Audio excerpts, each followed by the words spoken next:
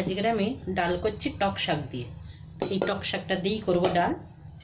এটা আমার মা বলে আমলকি শাক, ভেষা আমরুল শাক।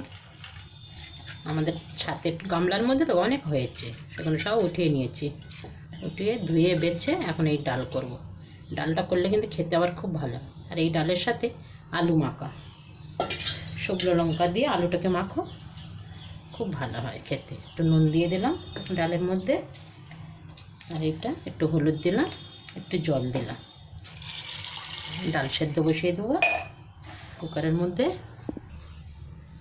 কড়াইয়ের তেল খুব গরম হয়ে গেছে, একটা তেজপাতা আবার দিয়ে দিলাম, আর দুটো শুকনো লঙ্কা ছেড়ে দিয়ে দিচ্ছি।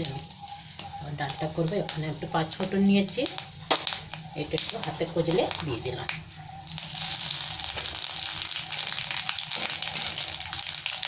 এবার আমি এখানে শাকটা ধুয়ে রেখেছি, ধুয়ে জল ঝাড়িয়ে এই শাকটা আবার তুলে দিলাম।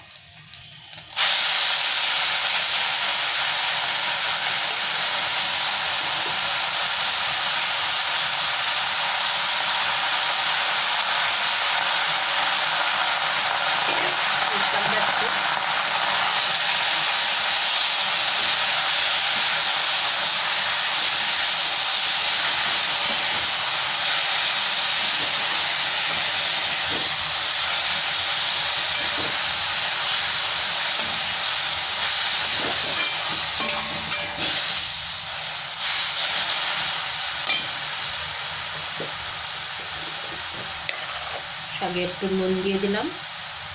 এবার আমি ডালটা ঢেলে দেবো। ডাল আমার সেদ্ধ হয়ে গেছে।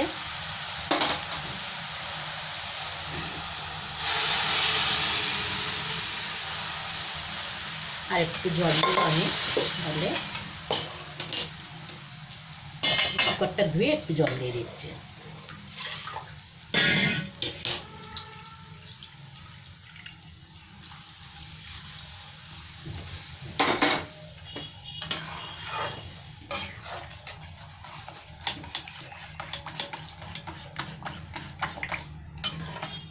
এই ডালটা ফুটে গেলেই হয়ে যাবে, বেশি কিছু আর লাগবে না।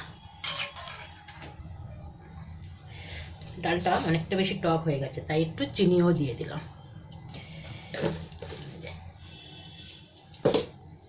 যত শাক ছিল সব উঠিয়ে নিয়েছি গামলার থেকে।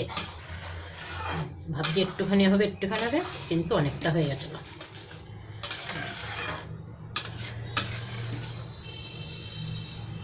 ডালটা ফুটে গেলেই হয়ে যাবে। আপনাদের যদি ভিডিওটা ভালো লাগে তাহলে অবশ্যই লাইক, সাবস্ক্রাইব, কমেন্ট, শেয়ার অবশ্যই করবেন। ধন্যবাদ।